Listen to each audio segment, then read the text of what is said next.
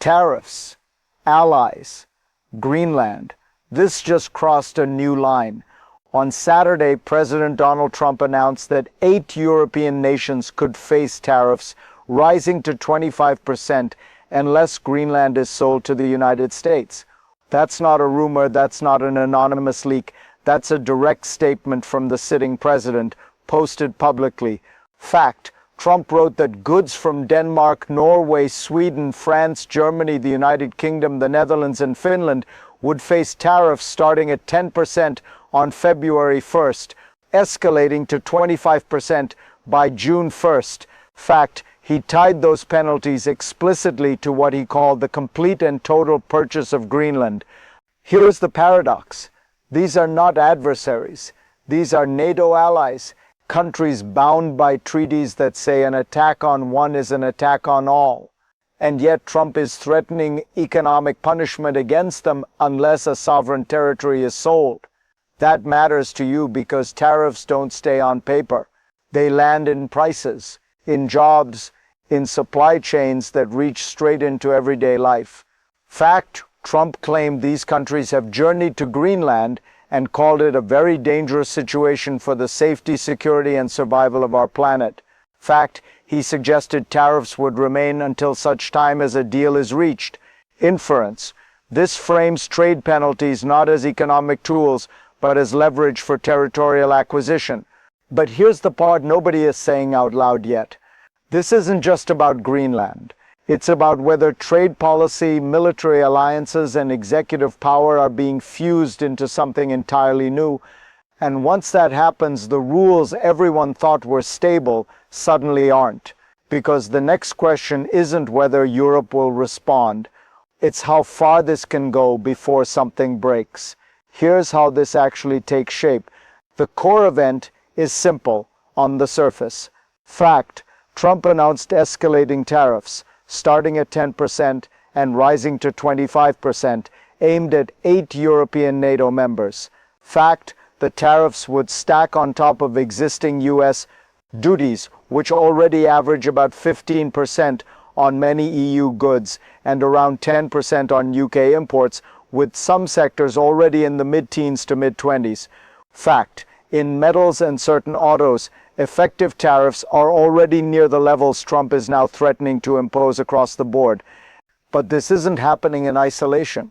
Fact: Trump connected the tariffs to European troop movements to Greenland, writing that they traveled there for purposes unknown. Fact: he has also floated using tariffs the same way he previously pressured countries over drug pricing, saying at the White House, "I may do that for Greenland too, because we need Greenland for national security." Now notice what's missing. There's no mention of negotiations, no timeline for talks, no reference to existing agreements. Fact: Trump did not cite a specific legal statute in his post.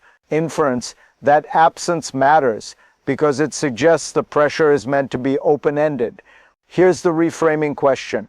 If tariffs can be used to force territorial concessions from allies, what exactly are trade agreements worth anymore? And that's where the pattern starts to become impossible to ignore. The claim that changes everything is this: this move threatens to unravel an entire trade framework in one stroke. Fact: the European Union has 27 members, and the imposition of tariffs on one or more EU countries means the measures would apply to all. Fact: Trump's demand now threatens the EU-US trade agreement reached in August. Fact: Manfred Weber, a senior member of the European Parliament, said plainly that the deal is not possible at this stage, adding that approval cannot move forward given Trump's threats over Greenland. That's not posturing. That's the deal freezing in real time. Here's the concrete detail that matters. Fact: Weber wrote that the 0% tariffs on U.S. products must be put on hold. That means retaliation isn't hypothetical. It's procedural. It's already being discussed. Notice what they didn't deny. European leaders didn't argue about tariff math. They didn't negotiate percentages. They challenged the legitimacy of the demand itself. Inference: when trade deals depend on the president's daily posture rather than binding commitments, every agreement becomes temporary by default, and once allies start acting on that assumption, escalation stops being a threat and starts becoming policy. Now watch how fast this intensifies. This is where the story flips from trade dispute to systemic strain. Fact, ambassadors from the European Union are convening for an emergency meeting on Sunday called by Cyprus, the country holding the EU's rotating presidency. Fact, the meeting is scheduled for 5 p.m. local time, just hours after Trump's announcement. That speed matters. Emergency meetings aren't called for routine trade friction. We've seen versions of this before, not the Greenland part, but the method. Pressure first, legal justification later. Fact, Trump's announcement appears to mirror his past use of the International Emergency Economic Powers Act, a law designed for unusual and extraordinary threats. Fact, he did not cite the statute directly this time. Here's the normalization problem. Using emergency powers to impose tariffs on allies used to be unthinkable. Now it's being floated casually on social media. And here's the quiet escalation. Fact, the Supreme Court could rule as soon as next week on whether to strike down tariffs imposed under that law. Fact, a ruling against Trump could immediately imperil this new tranche of tariffs. Inference, by announcing them anyway, the White House may be daring the judiciary to intervene in a fresh trade war. This is no longer just Europe watching Washington. It's the courts. And that's when pressure stops being diplomatic and starts becoming institutional. The evidence gets sharper here and more uncomfortable. Fact, Trump framed the tariffs as a response to European countries moving troops to Greenland. Fact, he wrote that the 8 nations have journeyed to Greenland for purposes unknown, calling it a threat to global safety.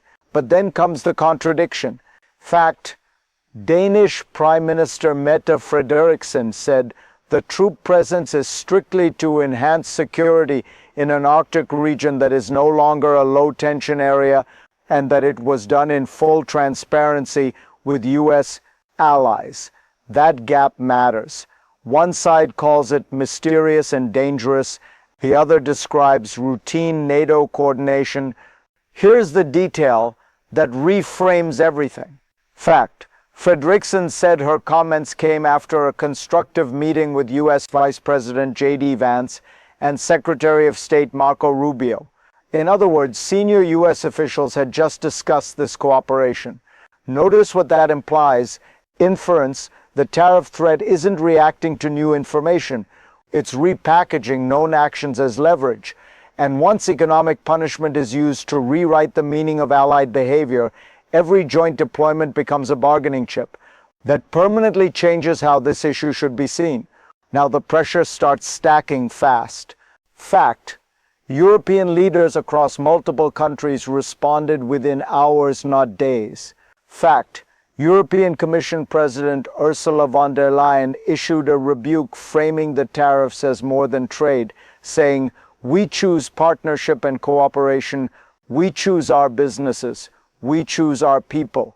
Fact, European Council President Antonio Costa said the bloc is already coordinating a joint response. Then it accelerates again.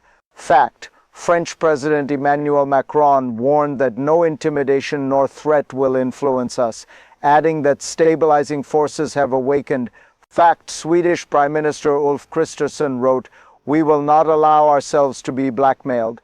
And here's the geopolitical layer snapping into place. Fact, EU Foreign Policy Chief Kaja Kallas warned that the move benefits China and Russia, saying they must be having a field day watching allies divide. No long explanations, just momentum, statements, counter-statements, emergency coordination. Inference, when responses multiply this quickly, control is already slipping. What happens if this continues? Now it hits you directly, because tariffs don't stay inside press releases. Fact, these new tariffs would stack on top of existing U.S. tariffs already levied on goods from these countries. Fact, average tariffs already sit around 15% on goods from the EU countries, in Trump's crosshairs and roughly 10% on imports from the UK, with sector-by-sector variation. Fact, in metals and certain autos, stacked measures have already pushed effective tariffs into the mid-teens to mid-20s range. So when Trump says 10% on February 1st and 25% on June 1st, that's not just a headline number. Inference for certain categories, the real hit could become much heavier once stacked measures pile up. This is where the story becomes ordinary life real. If you drive a car, parts and components are part of a global chain.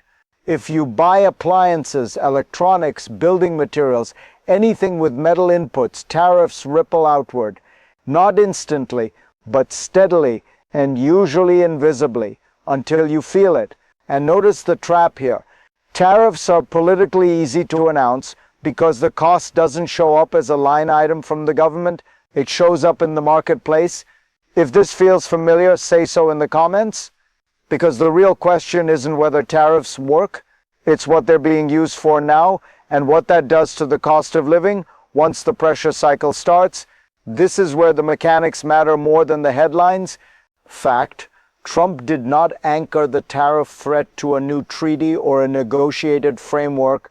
Fact, a trade policy scholar, Scott Lincecum of the Cato Institute, warned that the announcement confirms that Trump's trade deals can be changed on a whim and are unlikely to constrain future tariff decisions. Fact, he said the move exposes the empty justifications behind so-called emergency tariffs and the problems created by unbounded executive power. Strip away the personalities and a system comes into view. Inference, tariffs here function less as economic tools and more as leverage signals. They're fast, unilateral, and reversible. That makes them powerful politically, but unstable structurally.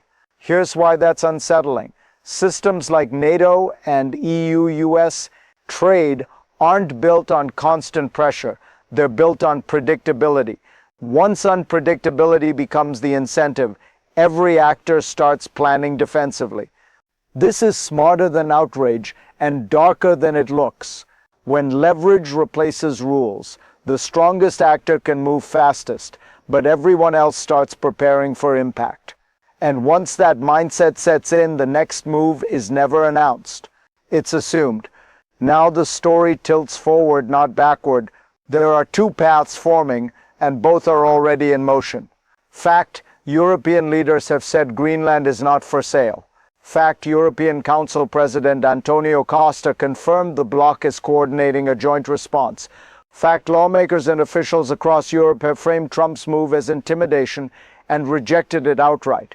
That points to one trajectory: escalation, retaliation, tariffs answered with tariffs, trade deals frozen, alliances strained but formally intact. But there's another path, quieter and more uncertain. Fact, some European economists have urged restraint. Fact, Karsten Brzezinski of ING Research told Reuters to just ignore it and wait and see, arguing tariffs are already a step back from threatened military action. Inference, that suggests a calculation that Trump may be using tariffs as pressure without intending full follow-through. Here's why the uncertainty matters. The Supreme Court may rule next week on the legality of past emergency tariffs. That decision could reshape what's even possible. The momentum isn't settled yet, but the next move by the courts, by Europe, or by the White House is already forming. Here's the insight that lingers after the noise fades. This isn't just a fight over tariffs or even Greenland. It's a test of whether power now moves faster than the systems designed to contain it. Fact, Trump has openly tied trade penalties to territorial demands. Fact, allies have responded not with negotiation, but with emergency meetings and coordinated resistance. Fact, U.S. lawmakers from both parties have warned that these tariffs would raise costs for American families while benefiting rivals like China and Russia. Reframe the entire story in one sentence: when leverage replaces rules, alliances stop being guarantees and start becoming variables. Inference, that shift doesn't collapse systems overnight. It erodes them slowly through uncertainty, price pressure, and constant recalculation. And here's the loop this opens. If tariffs can be used this way now, the next question is where that logic gets applied next. Another ally, another demand, another emergency. That's the layer most coverage won't follow. If you want continued, clear-eyed analysis as this evolves, follow and subscribe. This story isn't ending here.